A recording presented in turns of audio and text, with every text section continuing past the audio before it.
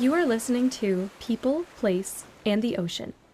My name is Jackie, and I will be your host throughout this podcast series that is inspired by the Gros Morne community-led Marine Atlas. With each episode, we will bring to life the pages of the Atlas by learning directly from the people who help tell the story about Gros Morne and its surrounding environment.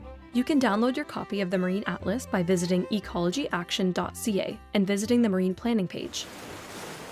So today I'm in Norris Point visiting a local resident who is heavily involved in their community, having experience on town council, operating their own tourism business, and being a part of different economic associations and tourism boards. Here I am joined with Ian Stone, and we have the Gros Morne community-led Marine Atlas in front of us, and that is the reason that we are brought here together today, because it is the story of the people in Gros Morne, their livelihoods, and their connection to the ocean that we really want to unpack today. To start, I'd like to learn a bit more about Ian, and so I'm gonna first ask you, Ian, what is it that inspired you to move to Gros Morne, and what is it that made you stay here? It's a big question. I think the need or want to come home for many Newfoundlanders. I had spent about a dozen years in Western Canada, and that real want to be closer to family in case anything would happen. But finding that sense of place, I knew I didn't want to return back to St. John's, and I wanted somewhere that I had mountain and ocean like I had in Western Canada. And through the jigs and the reels, ended up settling in Gros Morne, and don't regret it. Wow. And what is it about the ocean that is most important to you? Can you describe your connection to the ocean? So I find that it's a calming effect, and it's almost like it just allows you to relax and almost take everything in, but it also constantly changes. It provides all sorts of changing weather patterns. It provides all sorts of interesting animals and wildlife and visitors that come by boat. For me, it became one of the first jobs I took in tourism as a kayak guide. So I was a certified kayak guide for 4 years, and that really opened up my eyes to what was going on beneath the surface. I didn't come from a background, obviously, in marine biology. My family was not a fishing family. I didn't grow up down on the wharves, but it definitely made me feel more calm and at home. And that really inspired me to learn more about it. And of course, having a partner that is a marine biologist, it helps to learn a little, to carry your weight and at least be interested. And surprisingly, it was really nice that I didn't have to just fake interest. It was really, really mind-blowing when I started to see all the things that go on beneath the surface. And the marine station was one of those places that really set the tone for me, understanding and actually seeing what was at the bottom of the ocean, seeing people's passion for it, seeing that there was a livelihood that came from it, and seeing opportunity. And that was probably the biggest thing, was opportunity everywhere. And we just weren't really working towards what our future could be. I'm really happy that you are here with me, Ian, and I know that you had quite an influential role in the making of this community-led Marine Atlas. I wanted to ask you, why do you think something like this Marine Atlas is valuable maybe for your community? I think it's the people's voice. I think that that's one really important part of it. People can see themselves in it. They've been part of the process. They literally have images of themselves at different events, at different engagement sessions. Their voice is layered throughout it, whether they're tied to the fishery, whether they're tied to tourism, whether they're tied to cultural aspects of it, indigenous beliefs of the importance of the ocean. It really kind of bridge the gap between like a science research paper that you wouldn't really delve too deep into to become something that's more approachable, almost like your coffee table book. It's just a really approachable, digestible piece. And I think that it's really, really important because it's going to be a bit of a cornerstone for how we possibly move forward in a number of industries and how we approach it. And it's been interesting to see this has been on the table at our inn, and the amount of people that have actually picked it up in the last 2 weeks to thumb through it. There's a lovely mother and daughter staying with us the last 4 days, and the mom has read the entire thing. Wow. She was asking a lot of questions about it. She did not know it was my wife's, but she said, there's a lot of pictures in here of you. She said, but this is really, really cool. Like, this tells the story. And that was really awesome to see, because we also have an entire library of Canadian authors there, and this is the book that they pulled. So yeah, I think it's got a really good opportunity to open up people's eyes the way that my eyes were open when I first came here. That's really cool. And I wanted to ask you more about how you came here and what is it that inspired you to start a business here? Because I know that you're actually a business owner of multiple operations. So can you talk a little bit about that? Yeah, so I was very fortunate to come into the area 18 years post cod moratorium. So, 1992 was a very, very sad year for anywhere in Newfoundland. Single largest layoff in history in Canada. Some 90,000 people were impacted. And for the next 20 years, you saw mass exits of young people, educated people that just never returned. For myself, I felt after being away for 12 years, it was that draw home. And then this place felt more like home than anywhere else, because of the landscape, because of the ocean, because of the mountains. And given the opportunity to have seen what some of the best national parks in Canada have to offer, that let me see that there was so much opportunity here. And within those first few years of being here, there were a handful of young, well-educated people that came into the area and left and came and left. But a lot of them said if they could make it work, they would come back. So that was really, really inspiring to see them see what I had seen in the future for this park and for this landscape and for the business entrepreneurial opportunities. So starting our tour business in 2015, so it's now 10 years old, was, some say it's a bit of a leap of faith, but the demand was there. There hadn't been new business development in the park for almost 20 years. There were 2 standalone operators in the park, and there was a lot of interest in culinary experiences. There was a lot of interest in cultural experiences, things beyond just the boat tours and hiking. For us, it was really important to tell the story of kind of the people, the place, the landscape, and that's what we've really focused on. Small groups, really customized, meeting the needs of guests, not just herding them around like sheep, which very often happens in many parks, some bus tours and whatnot. And so for us, we really wanted guests to engage and immerse themselves. And that's what we've been able to develop. And fortunately, those folks that came and went during my first few years did return, and many of them have started businesses to complement each other. So it's a really cool aspect that we've been able to do, very similar to the craft beer industry, where you all have to work together towards one kind of united goal, everybody creating a product that's a little bit different. And that's kind of how we approached it. So there's about half a dozen operators in the park now that have just started up in the last 5 to 10 years. And we all work in sync to have our own piece of the pie. And that's important. We don't really try to duplicate. We can make the pie bigger, but we all continue to have a good piece of that. And for us, it's really important that we have certain standards from all of our partners and our operators, things around protection, sustainability, single-use plastics reduction. And those sorts of things have really kind of carried over in everyone's operations. So that's been really positive to see that it's not just our operations wanting to move things forward, that everyone sees a future for tourism and sees a future for their kids possibly in tourism. I think probably one of the most powerful things I've seen is the pride in people that were born and raised here, that went through the moratorium days and now realizing their kids don't have to go away, and now realizing their kids can actually come home from away and have a job that they're happy that they can be successful. And I think that's really been important for me to see from an economic development point of view, but also to see the communities thrive and grow and continue to look forward. Absolutely. Yeah, it's really wonderful that you have witnessed some of these trends, not just within your business, how you're kind of moving towards sustainability and, like you said, reducing single-use plastics, but those are trends that are also getting picked up by other businesses as well. And I think it's really cool how you mentioned the way that local businesses around Gros Morne actually work together, because I feel like that's not always the case in many other tourism destinations. So it kind of speaks to the uniqueness of this place. Is there anything else that makes this place more unique, or perhaps what are some of the ways that you offer a more unique experience to visitors that they might not get anywhere else? Customization side of things, the ability to go where locals go has always, I think probably 2010, 2012, it kind of became like, oh, you want to eat where the locals eat, or go where the locals go, or hang out where the locals are. You can't help but do that in Newfoundland. You can't help but do that in Gros Morne.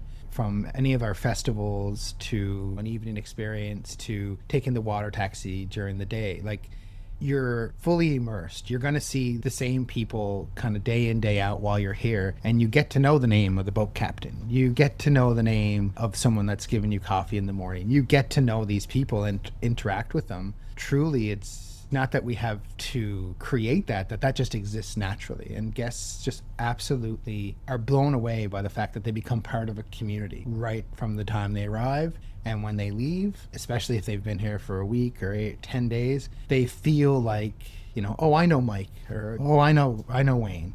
It becomes more of a family, and that's why I think you start to see why people come back here more than just once. That says something, because we're often one of the last destinations for our type of clientele to come to. They've been all over the world, and they come here. And they said, oh, we've been to Europe and we've been to Asia and Australia and traveled around, but they don't necessarily double back to these places.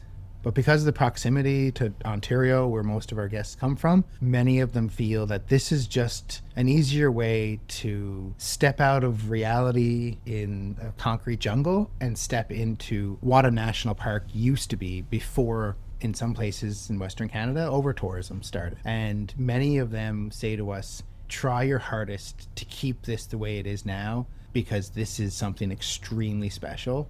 This is the way Jasper used to be. This is the way Banff used to be. And it's really humbling. We know we're not going to get 4 million visitors anytime soon. You don't take a wrong turn and end up in Newfoundland. But I think that asset of the people and the landscape, it just means so much more to travelers now than ever before. And not being in this overrun, bustling place, they can just sit back, literally sit on the ocean's edge or sit on a boat and just breathe in clean air. And next thing you know, there's a whale breaching. It's just, we're very fortunate. And I think that we cannot take that for granted, because it could slip away faster than we realize. Yeah, definitely. And so with the visitor experiences that you offer to your guests, what are some of the ways that sustainability is integrated into these experiences?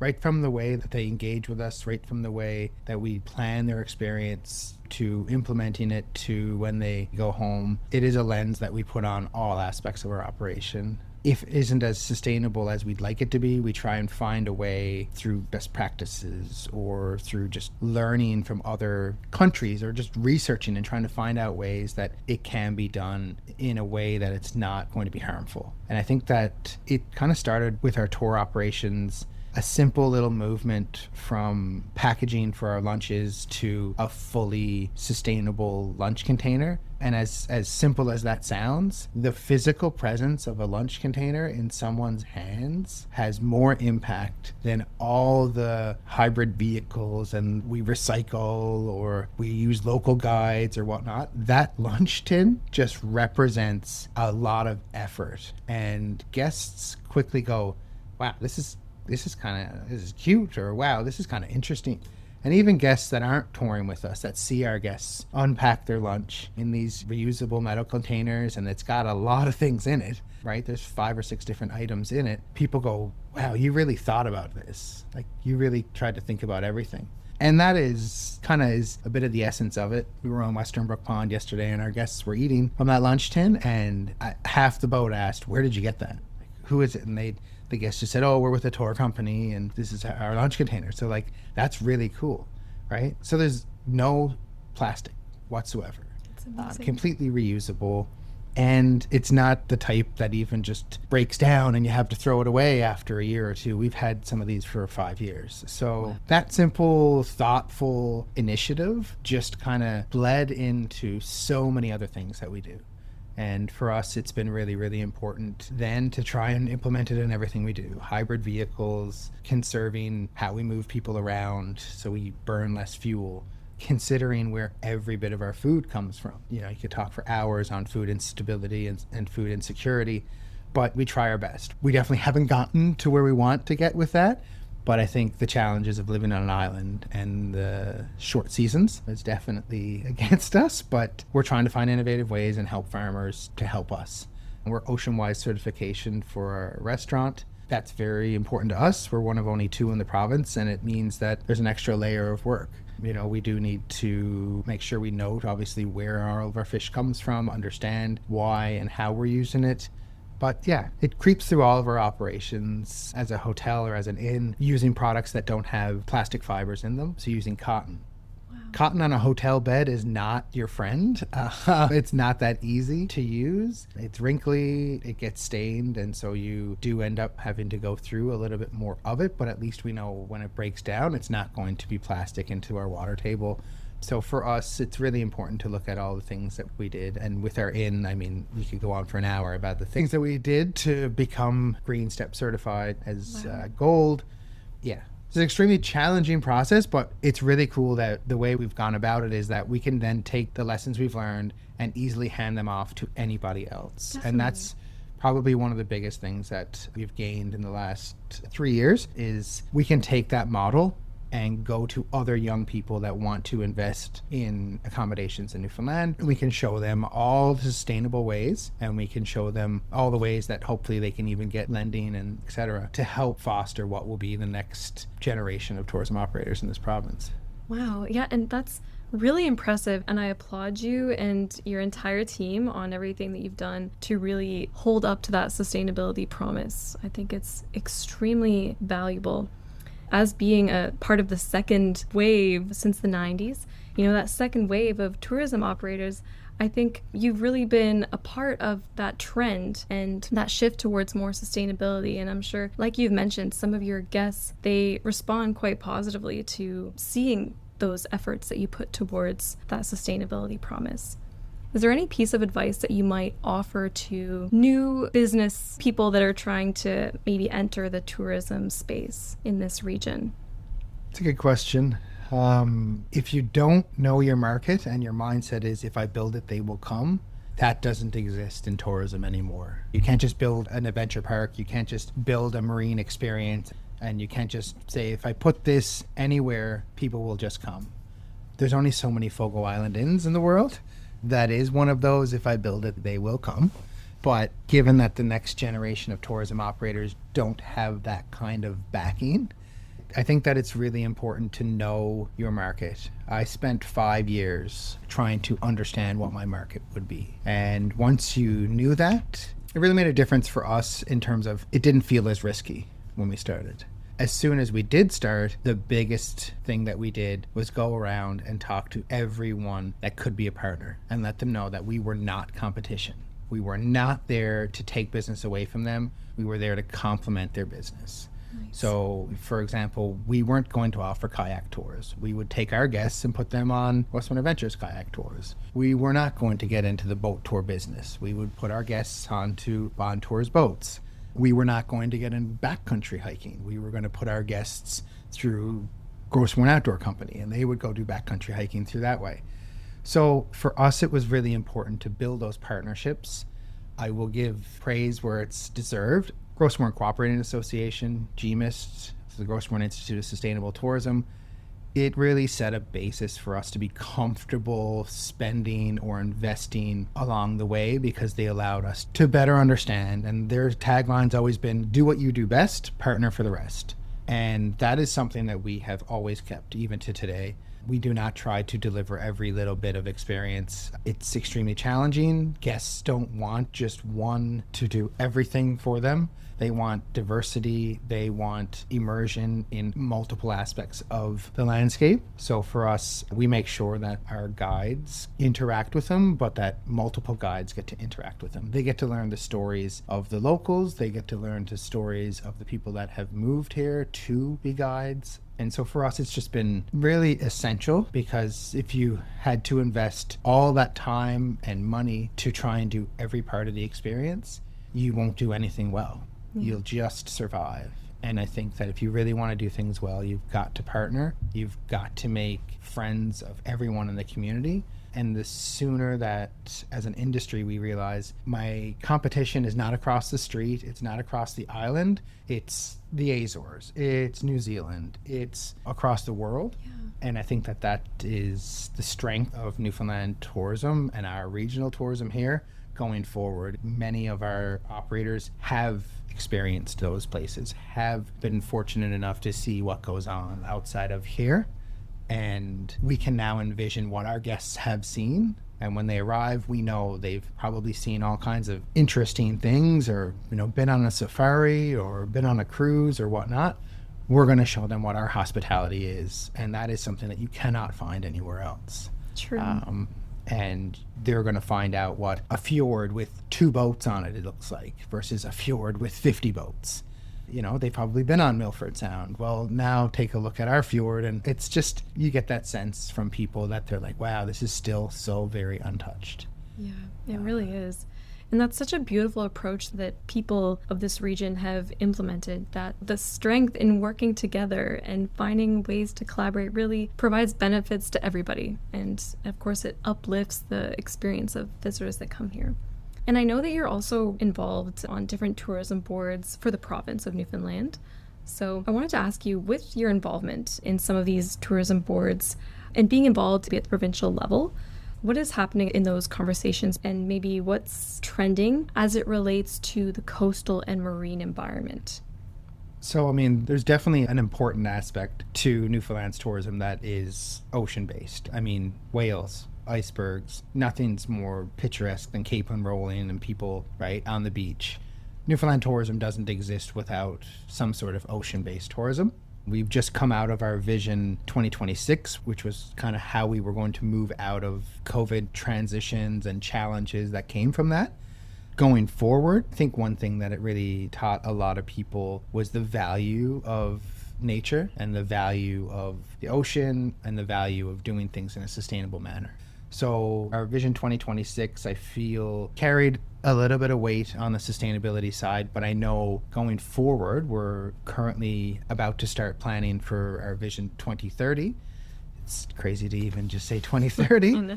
But yeah, so Vision 2030, I think, will really carry a lot more weight when it comes to protection, when it comes to sustainability.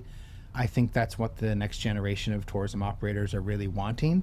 We're just a month and a half, 2 months out of the Hospitality Newfoundland and Labrador conference this winter, and there was, for the first time, a big segment on sustainability. It was a really well attended session, and so many people in the audience were the next generation of tourism, and that has really rang true in the fact that now there's discussions around having the Atlantic Canada Sustainability and Tourism Conference held hopefully in Newfoundland, but this is typically a conference that's held in Vancouver. This is going to be the Eastern Canadian version of that. We would talk about things that are important to us as Atlantic Canadians. There is no way to talk about tourism as Atlantic Canadians and not consider the aspects of ocean. So for us, I think it's becoming more front and center. I think that it's being approached with a different lens, especially around protection. I think that there's still lots to learn about protection, and I still think there's a lot of education to be explained so that people can at least better understand what protection looks like and address concerns around protection, because that seems to be one of the key hindrances, I think, to moving forward would be the concerns that do come from marine protection. For us, we protect our assets when we look at our landscape, when we look at our mountains, when we look at these beautiful parks. Why wouldn't we protect the portions of the ocean that are extremely important to our industry and to our livelihoods? So we're hopeful of seeing Vision 2030 having a larger component around protection, sustainability, and that is the sentiment, I think, amongst the next generation of tourism operators, that is really essential. We're seeing it now. Our guests have said that is one of the bigger things that they want to see when they come here. They want to see that we are not polluting and that we're looking after our land and ocean. They want to get out and explore on the ocean. Nobody wants to be going to see a whale and there's a bunch of plastic bottles floating around. That's not who we are. So I don't think we're going to start that anytime soon. Yeah, that's really interesting to hear about the Vision 2030. You mentioned how marine protection has come up in some of these discussions, and I wanted to dig in a little bit more on this because it does come up in the Gros Morne Community-Led Marine Atlas, where 76% of participants that contributed to this agreed that the Gros Morne region has some potential for various levels of marine protection. So I wanted to ask, from your perspective, what does marine protection actually look like, or what could it look like? Well, I mean, I'm maybe a little bit biased just because of my knowledge on the subject a little, but if I put on my tourism operator hat, my economic development hat, and my community hat, I think that it has to meet a variety of needs. I don't even think the first rounds of protection can be blanket protection. I think it has to be small scale, introducing what protection means to those that may be fearful of it, and then working up from there. Trying to confidently impart on people that it's not about taking livelihoods away from people. It's not about restrictions. It's about creating more opportunity. People that go diving on the Great Barrier Reef, they go there because it's protected. If you want to look at new operations or opportunities in Gros Morne, Gad's Wall is incredible. And there's a number of other places where you can go, but if it's not protected, then, well, it's not going to exist, and there'll be no need to go, and there'll be one less asset. And so for us, I think that it's really, really important to integrate that. And just like the communities in the park that are all very nuanced, you know, there's 7 communities and they all have their own story, a little bit of their own background and culture. The people there have their own vision, right? Some are much more focused on tourism, some are much more focused on fisheries, and others are just focused on cultural aspects and the importance of having a good viewshed.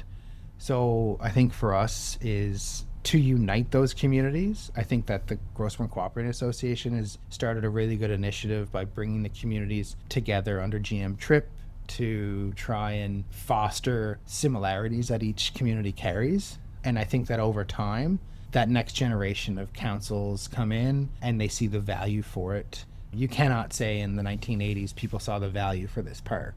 But here we are, 2025, and it is considered one of the top 10 parks in the country, and people absolutely love it because of its protection, because of its lack of development. And I think for us, obviously, we need to look at our ocean the same way. And I think everyone would absolutely not want to see dredging or drilling or anything like that, right? And I think that yeah, it's really important to look at those assets and values that everybody has, bring it forward, small bit of protection to start, and then start to kind of look at what it means and what the importance is for each user of Bond Bay and the surrounding areas. Right.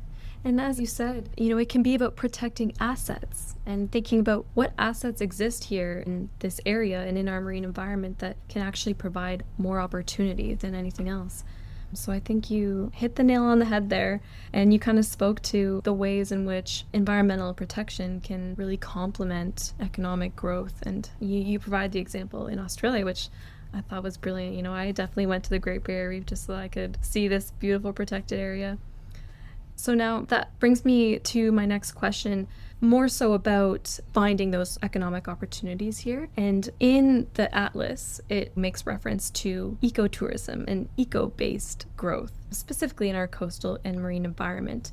And so with such a large level of support that we've recognized from people saying like they'd like to see more development in this area, what opportunities specifically might you think of that could be possible here? For me, ecotourism, yes, it's the establishment of strong ecological beliefs on infrastructure that you build, whether you're, an eco lodge, whether your operations is based on just doing backcountry ecotourism. I feel that it's really important to look at this demand that seems to be coming now with technology. Citizen science has been around for quite some time. It has its values, it has its challenges. But I think we're at a point now where it's not just niche. I think it's about to become a bit more than niche and more mainstream. And that means getting people out into the environment. And that eco side of it is the fact that they're actually capturing data, or they're actually helping with research, or they're just learning about how research or what things are being done, how things are being protected, why they're being protected. those visuals that you can see now of the depths of the eastern arm, that you can see of incredible species on Gad's Wall, those sorts of things are going to entice anyone, let alone, I mean, they continue to capture my imagination, and I've been here for 15 years. So when I see a sea anemone, I'm just like, wow, like just the brightness and the colors and the uniqueness of them. And so for us, I think knowing that we are attracting more and more families and we are the farthest thing from Disney World, it means that kids now are looking for something that's a little bit more educational or science-based without even really knowing, right? And parents are looking for ways that their kids can get a leg up on knowledge and education. And so, traveling isn't just about sitting on a beach and relaxing. I don't know if Newfoundland is that destination. But it is more about trying to understand the landscape and the people and the place and the culture. Whether it's the ability to get out and spend a morning with a lobster fisherman, whether it's the opportunity to go out and pull a green crab trap, whether it's an opportunity to go into the tide pools, right? These are things that the local kids grew up with, and we kind of stopped doing it. And I think tide pool walks and those sorts of things are really integral parts of showing the diversity that's right there under the surface. And I think that we're just not really harnessing that. I think sometimes we've kind of had Parks Canada lead it, and I think now it might be time that private operators look at ways to integrate that. Beach combing, the beach cleanups, 3 for the Sea. We do an initiative where we try and have our guests just pick up 3 pieces of marine plastic or marine debris whenever we're near the coastline. And those sorts of things, you should see how engaged kids get. It becomes a competition for them. I mean, they're literally picking up garbage, but it lets them see what is actually there, and they go, well, what is this from? And then they start to understand what marine debris is, and they start to understand what fishing gear is, or what single-use plastics are, or whatnot. So it's another educational opportunity, and parents go, wow, this is really cool, because it's weaved in and it's not a lecture. It's an engaging kind of experience. So I can only imagine how kids would feel going out on the boat with a researcher, with an ROV, and being able to drive. Yes, you've got to get your research done, but at the end of the day, I think that also brings an opportunity for the future of guiding, the future of tourism, right? And I think that there are ample opportunities to look at ecotourism expansion and ways to meet a need that I think is definitely growing. Wow. That's really wonderful. I love that idea of bringing education into some of these experiences. I can only imagine just how many people might go away from these experiences feeling really good about what they just were a part of. Those are really good ideas, and I do hope we can see more like that. So I'm going to ask you this final question, Ian, and that's, if you can envision a future for the Gros Morne area, or perhaps just for your community here in Norris Point, moving forward in terms of balancing all the different industries in this area and our coastal environment, what does that look like? I think if I had that answer, I would get a lot of funding. I think it's going to be similar to the way of a generational transition that it took for the park to kind of settle into itself. It took almost a generation, and some communities almost 2, to really engage with what having a protected area around you meant and what it felt like and how it might change or enhance what you do and how you interact with the landscape. And I think going forward, I think if anything in the last, I'll say 10 years, but specifically in the last 3 to 4 years, the change because of climate change has definitely put people's focus on how the ocean interacts with our community. And that changes how we interact with the ocean. For us, I think that how we plan development in our community, how we plan expansion in our community, how we look at infrastructure, and how we make sure that our community can get close to the water, can get in the water, can enjoy the water, and it's not polluted. That is really going to be a story of the next 10 to 15 years. And it's going to be just as important as the establishment of this park. It's amazing to watch the young families now make sure that they bring their kids at least once a season to the water, and to see it even in winter. Bring them down to the water's edge and interact there and celebrate it. It's mesmerizing. It's calming, right? It's all those things that I said drew me to this place. Yeah, that is what you see in a lot of the younger people's eyes now of, wow, this is fun. I can actually kind of just relax. And yeah. So I think that's going to be really, really important in the next 10 to 15 years, how we protect it and engage and manage what we're going to be doing. There's so much to celebrate here. Thank you so much, Ian, for joining me today and for providing your perspective from not only a tourism operator, but as economic development and as a local resident and as a new local resident as well. I really do appreciate it, and I think that our listeners will too. Thanks. Be sure not to miss the next episode and subscribe to the podcast now and follow along as we tell the story of Gros Morne, the people, place, and the ocean.